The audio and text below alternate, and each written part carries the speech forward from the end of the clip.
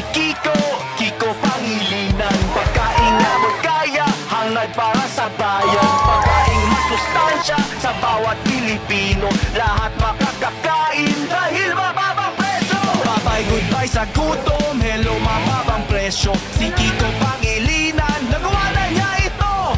Bye-bye, goodbye sa gutom, hello, hello pagkain. Kiko sa Senado, iboto dapat natin. Presyo ng food, palang kilay na sosyal. Ang taas-taas ng mahal-mahal. Ang alang tao, saan malalawigan, ano mapalig, ano mapagsakan. Kaya nandyan si Kiko, pinababa niya ito. Yung service ng gobyerno, pinababa niya ang presyo ng bigas.